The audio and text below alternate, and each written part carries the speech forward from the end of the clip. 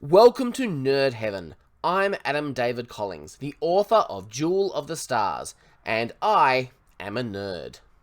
This is episode 71 of the podcast. Today, we're continuing our coverage of Zack Snyder's Justice League.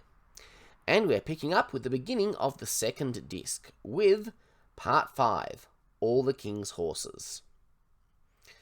With good reason to revive him, and a solid way to do it, they dig up Clark's body. Diana is amazed to find herself working with an Atlantean, or at least a half Atlantean. It's been thousands of years since their people have spoken. I think she also mentions that they actively fought a war against one another. I'd love to know the history of this. What was their conflict about? What precipitated it? And how was it resolved? Did this war take place before the Atlanteans went below the ocean, or after? Arthur says that he hates Atlanteans as much as the Amazons do. Admittedly, he doesn't know much about them. Right now, to him, they're just the people who killed his mother. But Diana and Arthur discover that both of their people have a common saying. None are taken back from the darkness, not without giving up one in return. Well, that's some common ground. But more than that, to me, it suggests a shared history. Perhaps a time when these two powerful races tried to cheat death and it went horribly wrong. And we get confirmation of Diana's age, which I've been wondering about for some time. 5,000. This means that Zeus created her around 3000 BC. This was the beginning of what is called the Helladic period in Greece. It was also the Bronze Age. It was around this time when construction of Stonehenge began. The ancient city of Troy was founded around this time, which is famous in Greek mythology. So this was the time, in the DC universe, when the Greek gods, whatever they were walking the earth. The time of Darkseid's invasion of Earth also seems to be dated around 3000 BC, which makes me think that Zeus made the decision to create the God Killer, that is Wonder Woman, in response to the invasion from Darkseid and his new gods. We're told in the Wonder Woman movie that she was created to destroy Ares, but I suspect Darkseid had at least something to do with it as well. We also learn that Barry is interested in Diana, which isn't overly surprising considering he's a young man and she's an attractive woman, but given their multi-millennia age difference, I don't think they're overly compatible. So Bruce's plan is to take Superman's body to the Kryptonian scout ship and use the mother box. Lex Luthor also tried to revive a dead Kryptonian in the Genesis chamber of that ship, and we know how that turned out. What could possibly go wrong? Alfred is skeptical about all of this, perhaps even against it. You did it, he says. You put the team together to fight the war. You have fulfilled your promise. But to do this, your guilt has overcome your reason.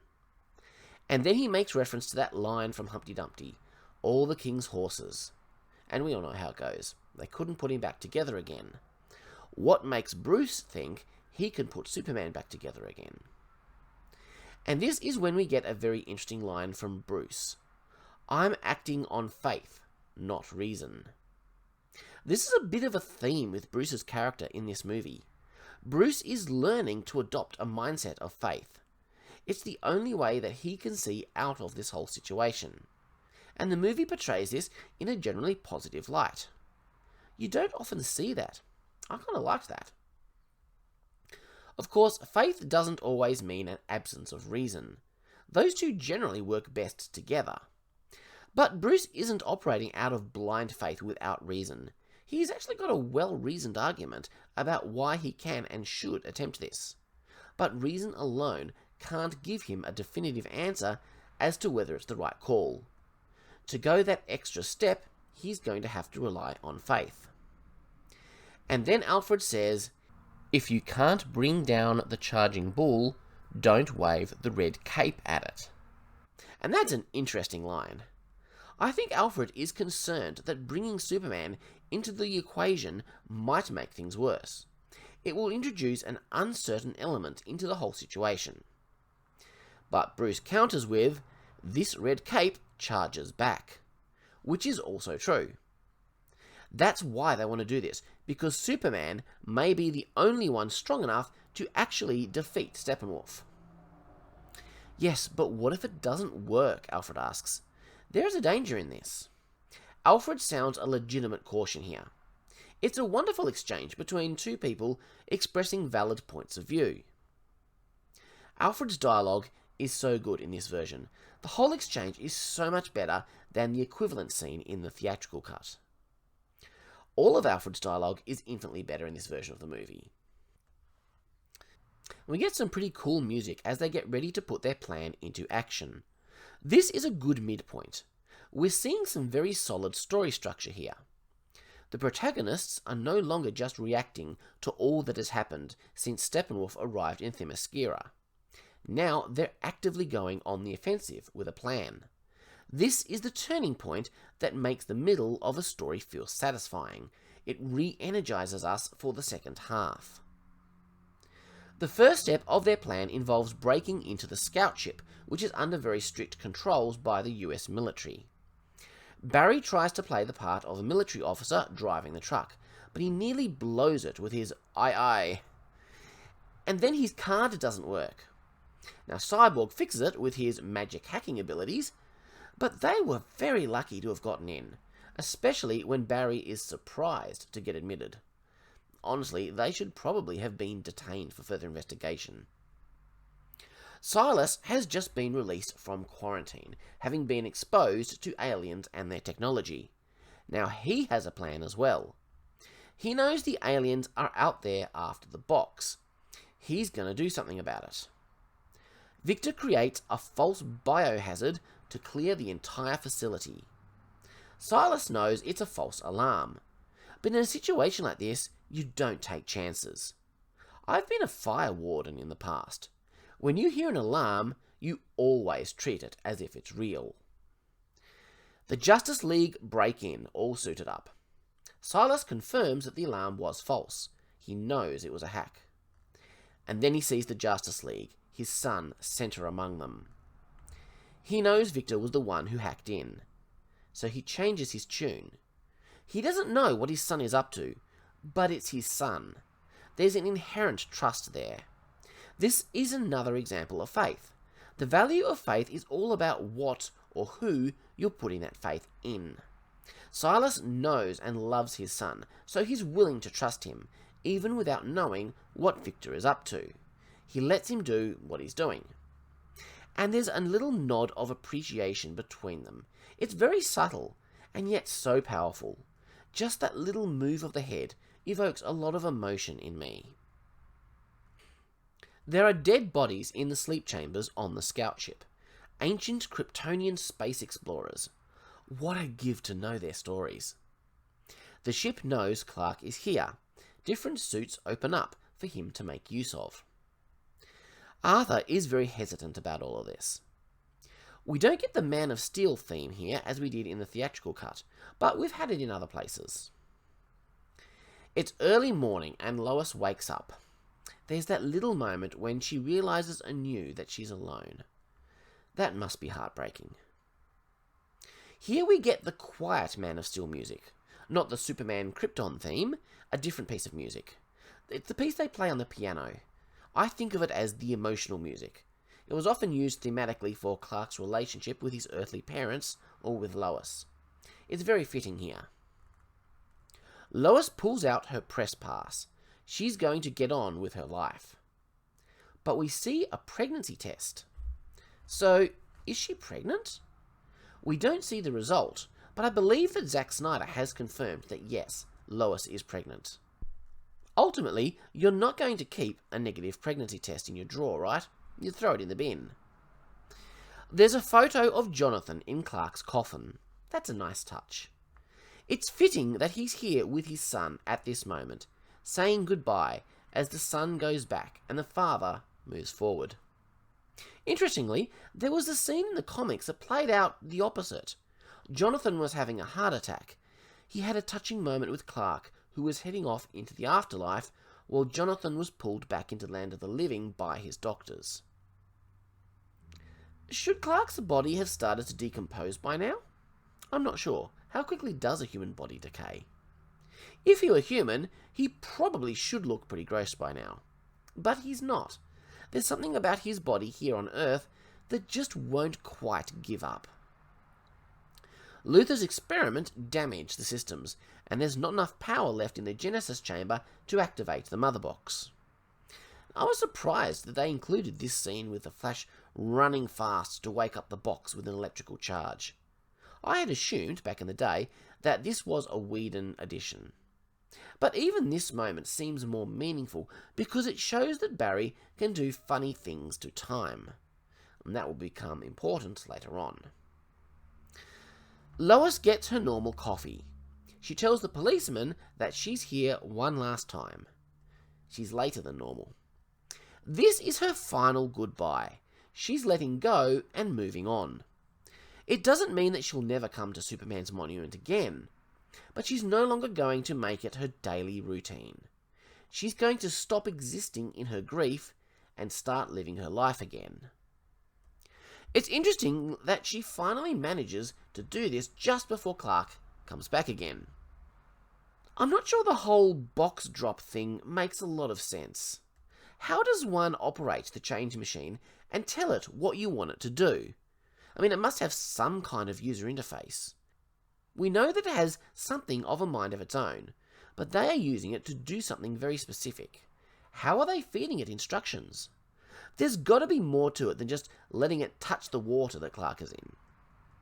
I kind of wish they'd explored all of this a bit more.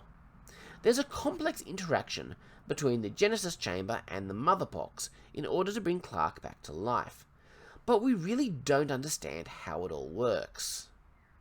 Interestingly, this means that Darkseid's race have the technology to bring back the dead. But maybe it can only do this in combination with Kryptonian technology. As Barry runs at super speed, somebody has a vision. Logically, you would think it's Barry having this vision, since he's the one doing the running, but it appears later that it's actually Victor having the vision. Anyway, things get weird with time, and we see a flash forward into the future. Diana is dead. Darkseid is on Earth. But it's not the Earth we know. It's all been changed. There are spaceships in the sky, and the Amazons are grieving. This is when we get to see Darkseid using his Omega beams to kill some Atlanteans. A lot of fans got very excited when they saw the Omega beams in the trailer. I wasn't familiar enough with Darkseid to understand the significance. They're basically like Kryptonian heat vision, except they can turn corners. Darkseid can control their vector and redirect them at will, making them pretty darn scary. Next, we see Superman in a black suit, grieving while holding a skeleton, and Darkseid touching his shoulder.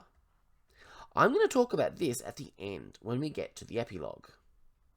We see a Hall of Justice sign broken and a destroyed landscape. It's all very dystopian, and clearly it is showing a future where Darkseid has won. The box touches the water, but it's too soon. They failed. The box isn't yet powered. But Barry is doing some timey-wimey stuff. Time reverses. The box goes back up as the photo bobs in the water.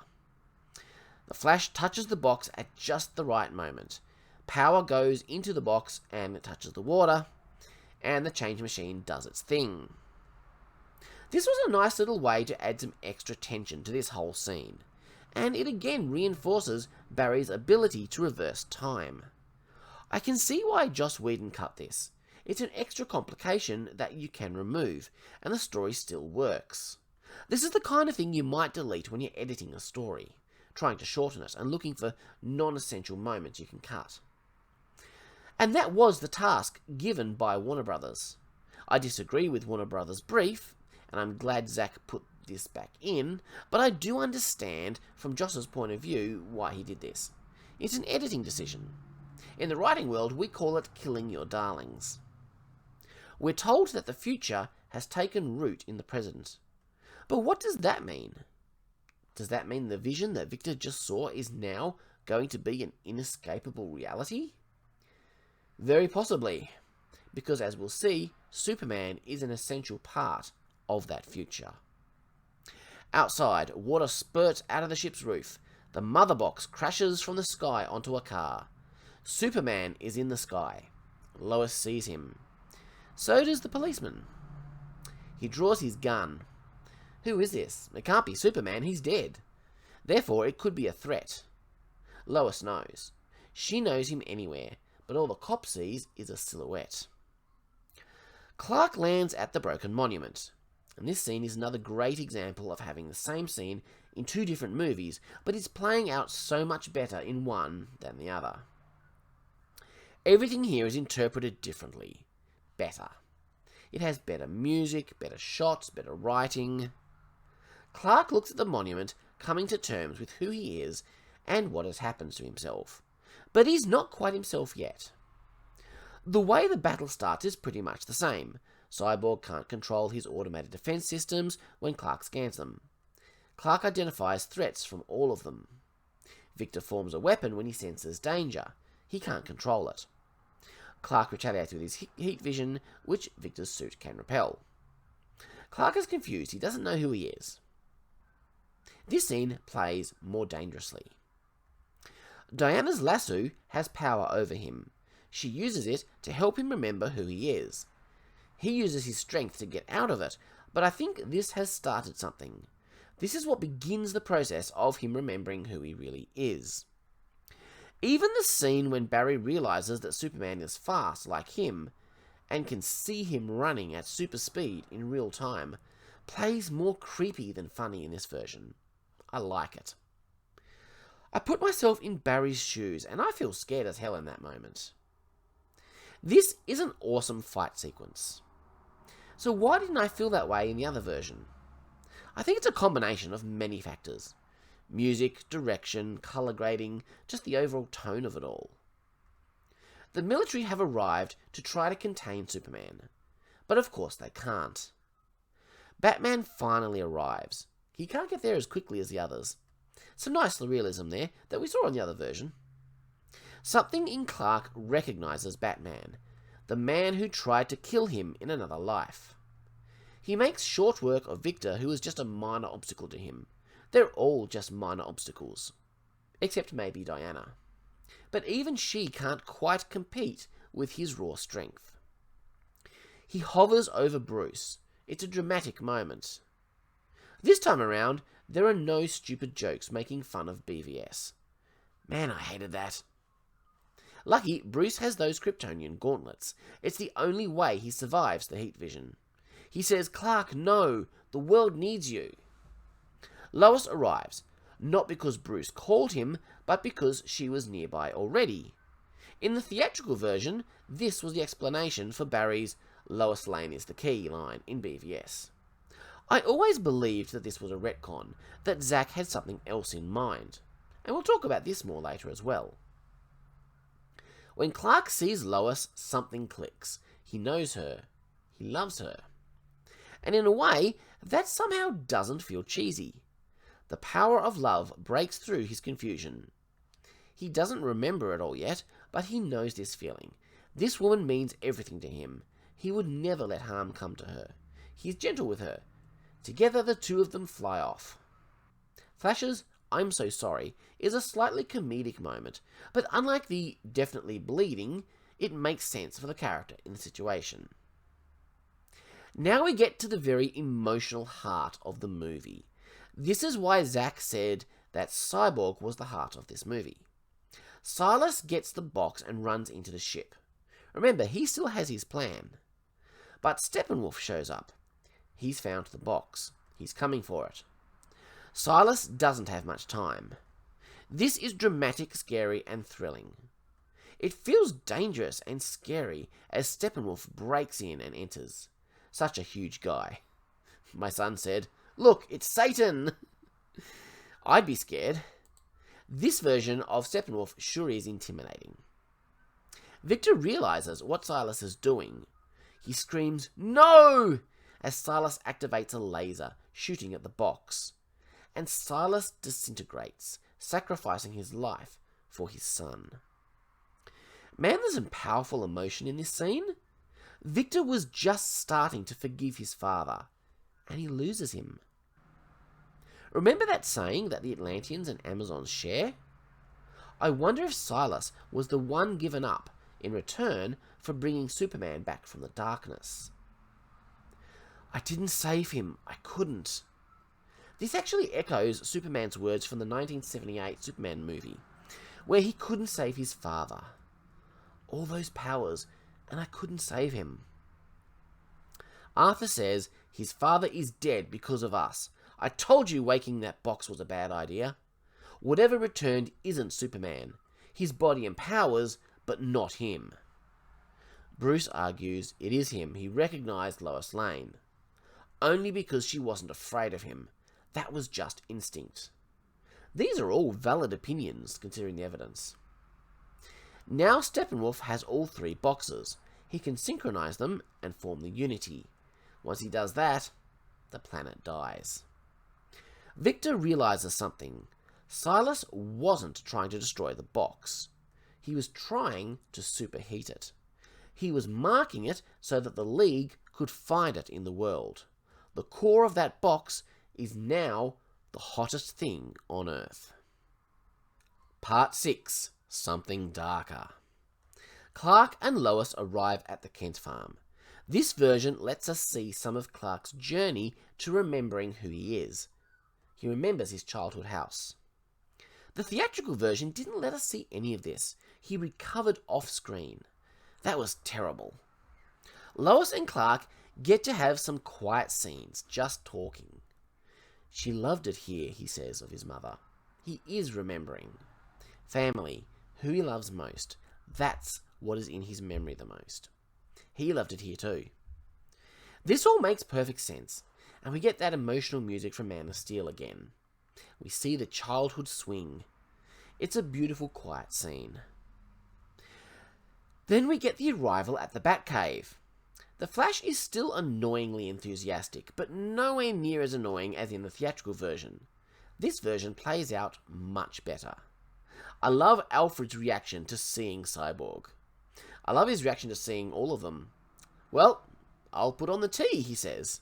What a great reaction. They find where Steppenwolf is hiding. Nobody will go there. It's the site of a disaster. But he's absorbed all the radiation to power the boxes. Victor has a plan. He wants to plug into the Unity, hack into it, and break it apart back into three. Diana cautions him. The boxes are world destroyers, billions of years old. You'll have to stream into the Unity. It'll find your weakness and destroy you. I've got nothing left. That's a hard truth, but it motivates him. You want me to use these gifts, right? Barry says we do it, but we got to get in somehow. And he says that line we all know from the trailer. He would have fought super beings on the other worlds he's conquered, and we have to assume he's won. And Batman says, he's never fought us, not us united. It's an awesome exchange. I love how this movie gives all the characters a reason to be in it, an important part in the plan, especially Victor and Flash, who had no real reason to exist in the theatrical cut at all. Clark notices the engagement ring on Lois's finger. I'll take that as a yes, he says. He's fully back now, standing in the early morning sun in the cornfield. So I guess they're engaged. Woohoo! I love how she put the ring on after he died, accepting his proposal in her heart, even though he was gone. I've got a second chance, Lo, and I'm not going to waste it. Clark's hope is restored. He nearly lost it in Batman vs Superman with all that Lex put him through, but now we pay that off. That's how story arcs work. A ute pulls up. It's Martha. The real Martha arrives. Imagine this moment, right? Your son, who is dead, is alive again. Imagine seeing him for the first time. I can't help but get Mary and Jesus vibes from this. Just imagine the emotion of that moment. It will be too good to be true. And yet it is. I mean, you've got that unimaginable pain. And that longing, that wishing, that the person that you loved could be alive again. And then realizing that they actually are. But not being able to quite believe it because that can't be, that's just too good to be true. I can't even imagine that feeling. Clark says, they wanted me back for a reason. I have to find out why. He wants to stay here with his loved ones, but he has to help. Diana and Bruce have a fascinating exchange. He admits he had a dream, a vision of the future. It was the end of the world. Barry Allen was right here. He said Lois Lane is the key. She is, Diana says, to Superman. Every heart has one. Diana here is explaining the Joss Whedon interpretation of that prophecy. Lois was the key to getting Superman to become himself again after reviving. But Bruce doesn't buy it. No, I think it's something more, something darker. This line almost feels like a poke at the Joss version. I wonder if this was one of the reshot scenes. It proves that Zack had more in mind for that whole thing than what we saw in the theatrical cut. Victor has the troop carrier plane working, just like he said he could. Alfred had said earlier that there was no chance in hell they could get it flying, which just shows Victor's incredible power over technology. It's a cool looking thing. They get in. They have good reason to go to Steppenwolf's lair in this version. Bruce says to Alfred, he'll be here, I know it. Obviously talking about Superman. What makes you think so? Alfred asks. Faith, Alfred. I love the continuing focus on faith in Bruce's arc here. In this case, I think Bruce has some reason to have faith in Superman, because he knows Superman's character. He's seen it. We see Steppenwolf combining the boxes into the Unity. It's time to prepare for his arrival, he says. My redemption is nigh. The boxes are fusing together. The Unity is coming. There's not much time. And then it's done. The Unity has been formed. The Amazons see it. All over the world it's seen and heard. I'm not sure the logistics of that, but it's cool. So here's the plan. First, Batman needs to take out the tower. Then the defensive dome will fall. With the dome down, they can get to the Unity. Barry will make a power surge from running fast. He'll make physical contact with Victor, and that should propel him into the Unity. Again, I'm not sure how they came up with all this. Clark is back in the scout ship, searching for answers. We hear clips of his father's voice, Jor-El. He talks of hope, goodness. Kal-El was sent here for a reason. And Jonathan too, motivating words from both his fathers. When you hear all these sound bites together, you realise just how positive and inspirational Man of Steel actually was. A lot of people just don't see that. Various suits emerge for him to choose from. In a sense, this is the moment Clark fully and truly becomes Superman. All this time, he's been trying to find himself, to understand who and what he is. He's been trying to live up to the expectations of two fathers and those of the world. But he's been through the fire. Now he truly understands how to be a symbol of hope, and he emerges in the black suit. I love it. It was so important to see Superman in the black suit after he rose from the dead. It's an important link to what is arguably the most iconic story from all of DC Comics. But why did he choose this suit? In the comic, the black suit had a practical purpose. Not so much here. It's a nice callback to the comics, but it would have been nice to give a bit of a reason for it. And now, we hear Jor-El and Jonathan saying new things. These are not clips from previous movies. This is new dialogue. And it fits beautifully with Superman's new sense of hope. We get a full-on rendition of the Superman theme from Man of Steel. It's such an awesome scene, a very emotional payoff to the last two movies. I love it as a big Man of Steel fan. The Justice League prepares for battle as hard rock music plays. Thankfully, there are no stupid gags about Arthur sitting on the lasso this time around. There's a great shot of them walking out of the plane. Bruce drops the others off to do their bit. He's going to take down the tower with the plane's weapons. He manages to blast his way through the force field. Once in, he takes out the tower with the missiles. The force field dome is now down. Steppenwolf sends the parademons to defend the Unity. Bruce, Diana, and Arthur are here to get Barry and Victor to the Unity. Bruce takes the Batmobile out of the plane, armed with machine guns. I love it. That's the Batman we need in this story. The parademons are shooting lasers. The theatrical version added a red sky for some reason. It doesn't make sense now that the dome is down. Bruce can't win this fight alone against the parademons. He needs the rest of the League to help him. Now, this cut of the film still has that silly scene with Arthur standing on the Batmobile and then flying into the air. I really wasn't expecting to see this sequence in the Snyder Cut. It plays a bit better because of the music, which makes it feel more serious, but it still comes across as silly to me. I still don't like his cry of joy. He's having too much fun for the situation he's in. And him sky surfing the body of a parademon is also silly. Arthur can't fly. He's way too comfortable up in the sky. But it still plays better than in the theatrical cut. I find myself more forgiving of it because of the rest of the awesomeness and the overall tone. We cut back to Alfred. Superman arrives in the black suit. I'm assuming you're Alfred? Master Kent, he said you'd come. Now, let's hope you're not too late. Alfred can fill him in on the details, where he needs to be and what he needs to do.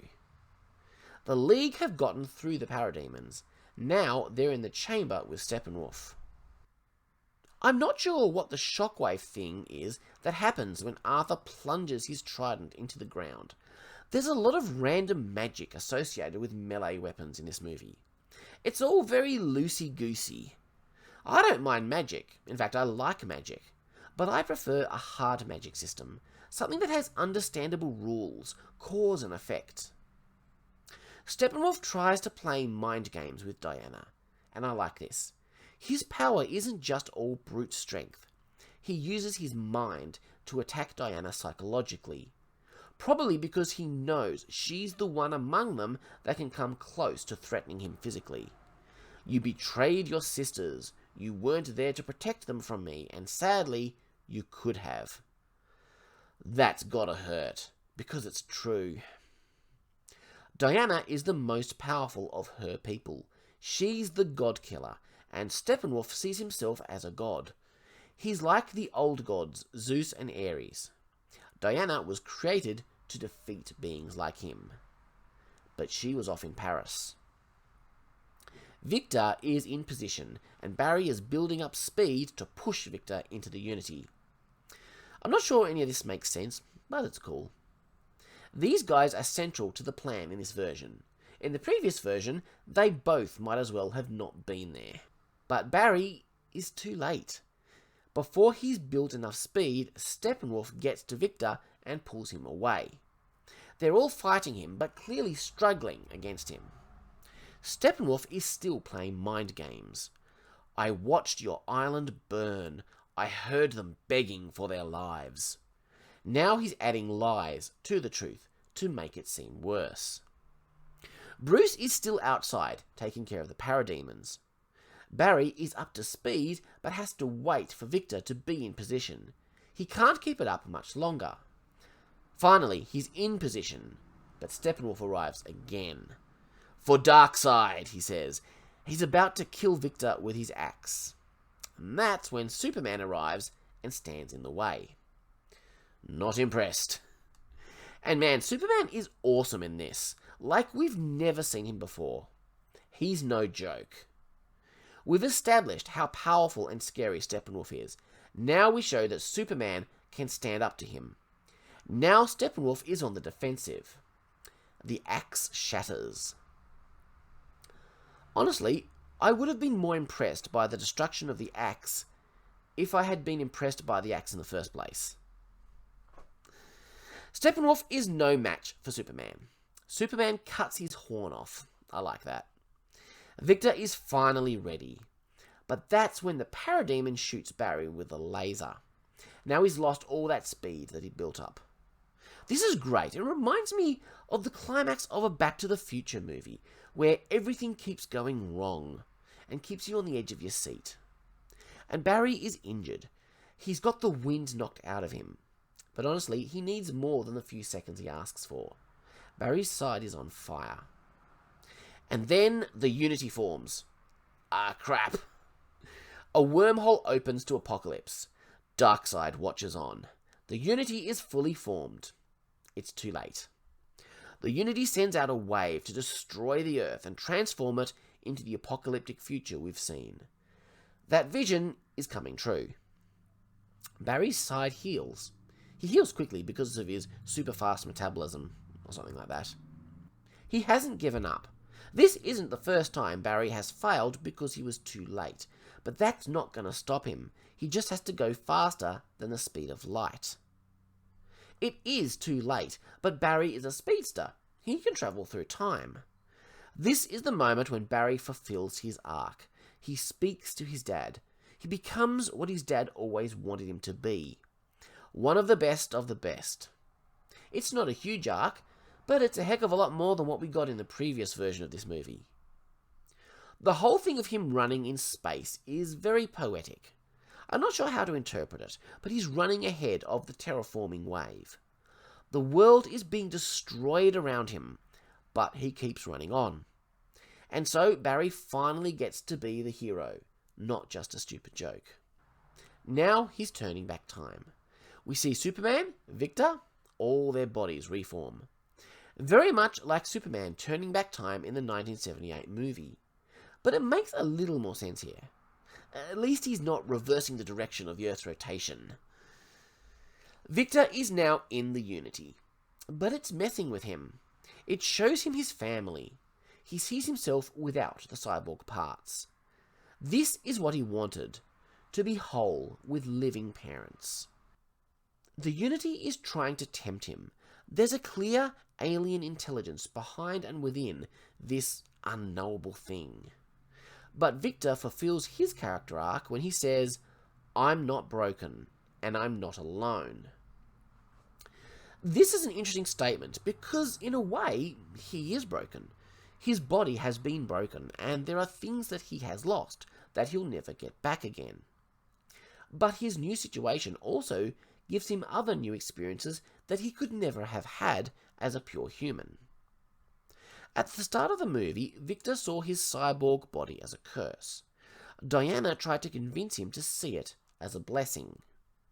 In reality, it's kind of both, but far better to focus on the blessing.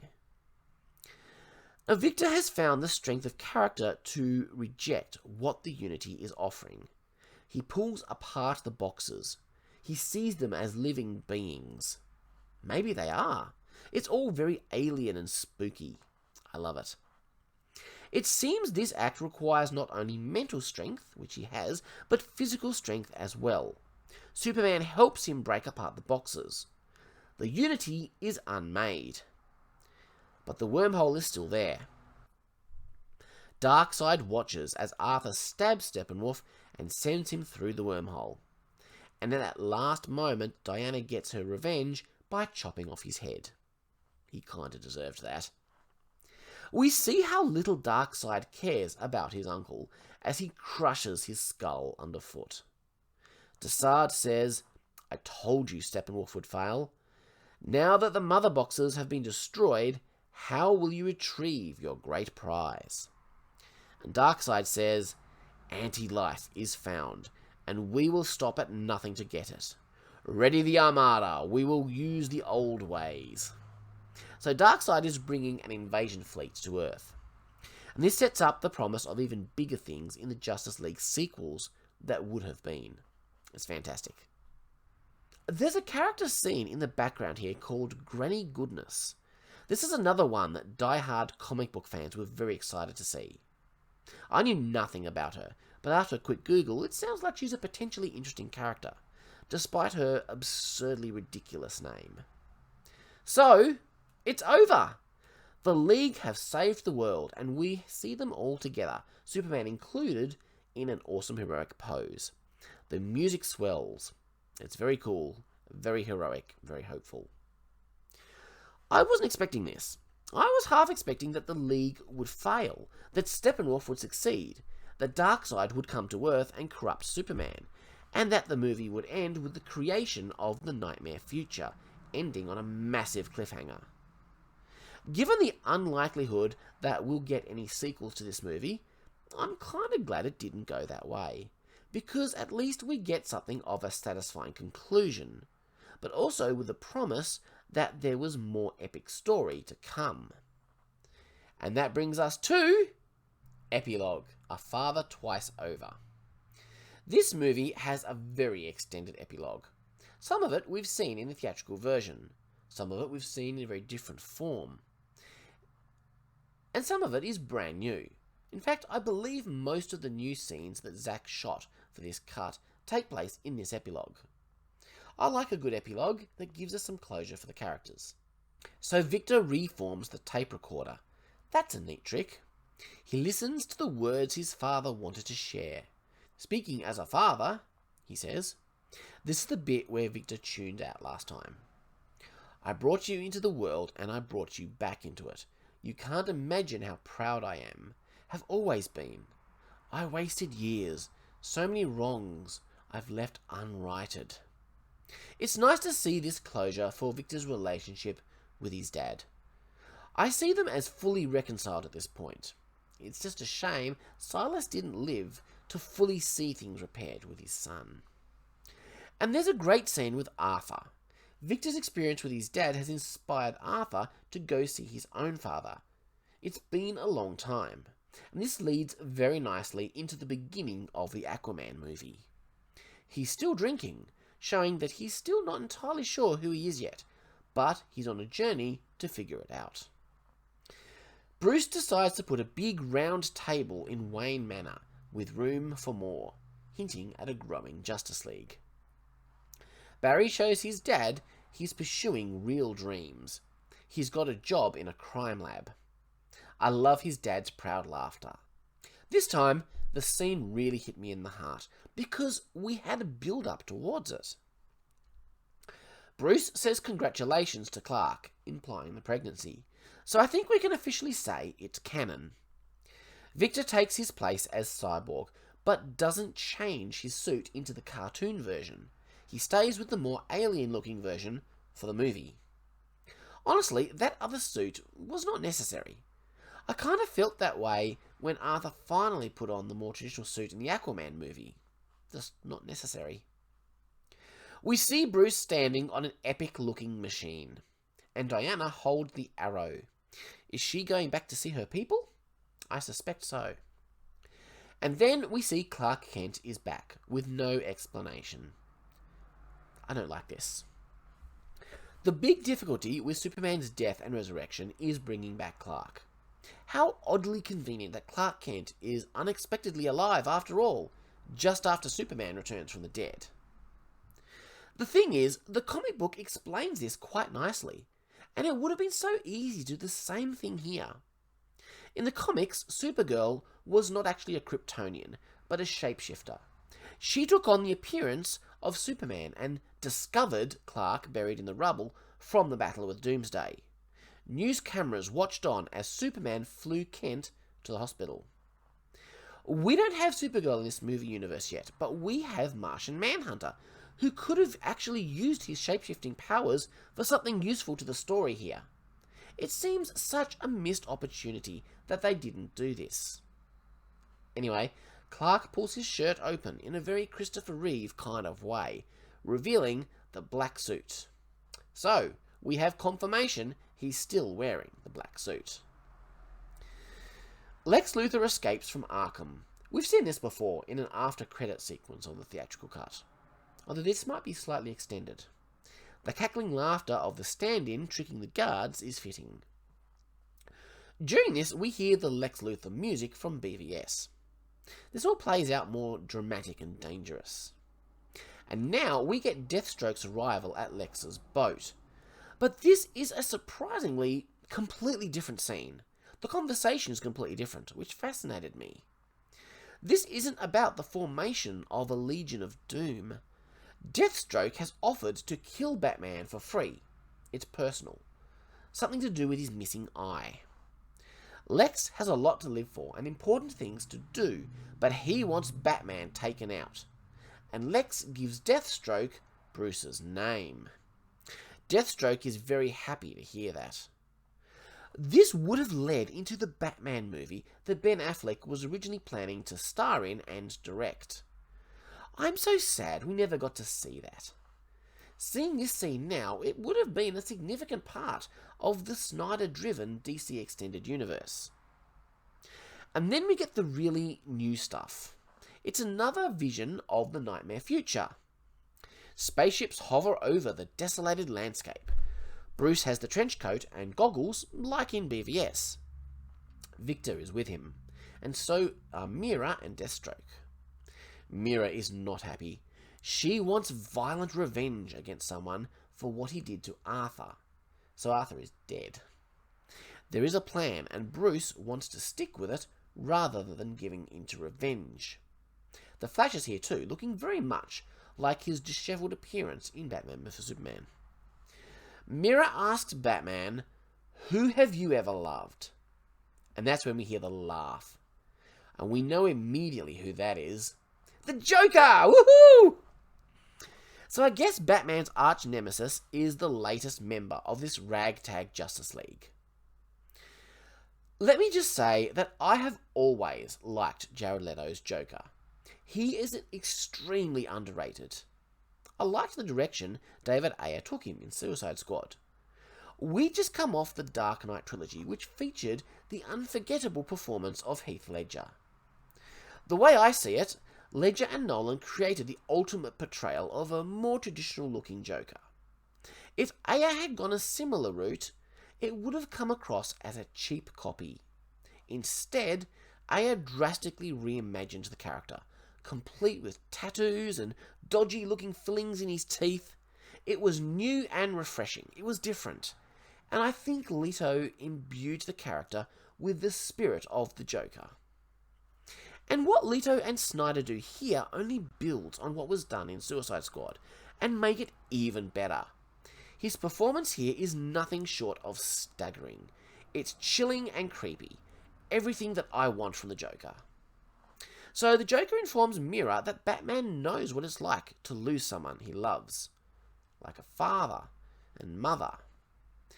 Bruce warns him to be careful.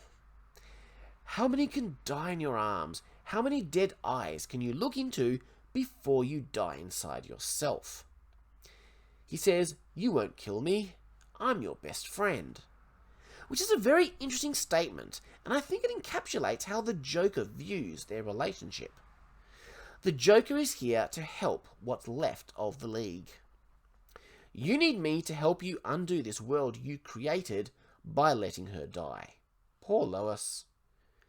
How many timelines do you destroy the world because you don't have the cojones to die yourself? So this explains a lot. Lois Lane is dead and Bruce allowed her to die, or in some way failed to save her. This explains Superman's rage against Bruce in the Nightmare Vision from BVS. It explains why Superman says to Bruce, "She was my world," before killing him.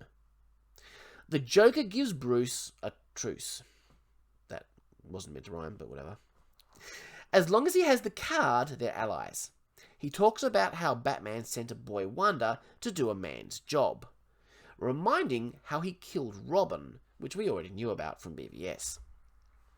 But Batman has a comeback. "When I held Harley Quinn dying, she begged me with her last breath that when I kill you, I'll make it slow." And he's going to honour that promise. That nearly undoes the Joker. He still had feelings, twisted as they were, for Harley. "You're good," he says. Bruce almost had him, almost manipulated him like he manipulates Bruce. One of them, I think it was Deathstroke, asks, "Still think it was a good idea bringing him along?" I wonder what they need him for. It's very telling that things are so desperate that they'd work with the Joker. And then the villain arrives, the one they've been waiting for. The one Mira wants so desperately to kill for what he did to Arthur. The enemy they want revenge against is none other than Superman. Superman with red eyes. This whole concept has been generating controversy for years. I mean, we saw evil Superman back in BVS. Some find it impossible to accept that Superman would turn to the dark side, so to speak, just because of the pain from the death of Lois Lane, because he is a beacon of all that is good. He's too good to become evil, even with that grief. But these people are missing half the story. It's not just the death of Lois. Remember that anti-life equation? Long before the movie ever came out, Zack Snyder confirmed that Superman was going to succumb to the anti-life equation. This thing allows Darkseid to bend the will of others. It's actually very telling of Superman's extreme goodness that he was able to resist the anti-life equation. No, it took the death of his beloved wife Lois to weaken him so that he would succumb to the anti-life equation, something that probably anyone else in the universe would have succumbed to straight away. So far from portraying Superman as morally weak, I think this whole thing paints him as incredibly strong morally. Not infinitely perfect, because he's still a person. This is the Superman for me. Now Bruce wakes up. This was his vision. What caused it? We still don't know. I had always imagined that the vision in BVS was caused by the Flash, trying to send him a message back through time. But there seems to be no outside influence at work here. But this explains the something darker that Bruce was talking about. Now we understand a lot more. Now we know exactly why Lois Lane was the key. Martian Manhunter arrives to talk. Bruce sees this green-skinned alien hover in the air and just says, "Can I help you?" I love that response. He's seen so much now that nothing much surprises him. Martian Manhunter explains that Darkseid is not finished. Anti-life is here somewhere. We have to find it before he does. War is coming. There's actually a lot we still don't know about anti-life. We only know that it's on Earth and that Steppenwolf somehow discovered it. "I'm here to help," Martian Manhunter says. He's finally realised he has a stake in this world, and it's time he started fighting for it. Why did it take him so long? I have no idea. He was helping in his own way as a member of the US military, but not fully using his gifts. Maybe he was afraid to reveal himself and had to be inspired by Superman's example. Of course, this was supposed to be Jon Stewart Green Lantern, but Warner Brothers wouldn't let Zack use that character because they thought it would conflict somehow with the TV show that Jeff Johns wanted to make. It doesn't make a lot of sense to me, but whatever. Anyway, he acknowledges that the heroes wouldn't have come together without Bruce. His parents would have been proud. The movie ends as Martian Manhunter says he'll be in touch and flies away. And then we get those special words appear on screen. For autumn. This movie was dedicated to the beloved daughter that Zack lost while he was making it. And as the credits roll, we hear the song Hallelujah, sung by a female vocalist. This was Autumn's favourite song, and this arrangement, I believe, was performed at her funeral. The performance of this song is heart-wrenching, especially given the connection that it has to Autumn. I sat through the whole song, and it moved me powerfully. There's one moment when all the music stopped and it's just the singer, and she's singing with such emotion. Well, I don't have words for it. But I thought this was a beautiful way to end the film. In a way, Zack Snyder films are all about showing us how, in real life, joy and pain go hand in hand. He understands that because he's lived it. And despite it all, he still comes across as a pretty positive guy. So that was Zack Snyder's Justice League. I loved this movie, and I found it a fitting bookend for Man of Steel and Batman vs Superman. I'm fully in support of the Restore the Snyderverse movement. although it seems Warner Brothers has absolutely no interest. There has been talk of continuing the Snyderverse in comic book form. I'd certainly pay for that. I'd pay for any continuation of this story in this world. Snyder's world. I hope you enjoyed my thoughts on this movie. There sure were a lot of them. Next time, we return to Stargate Universe, where we'll begin the second and final season of the show. I look forward to seeing you then. Live long and prosper. Make it so.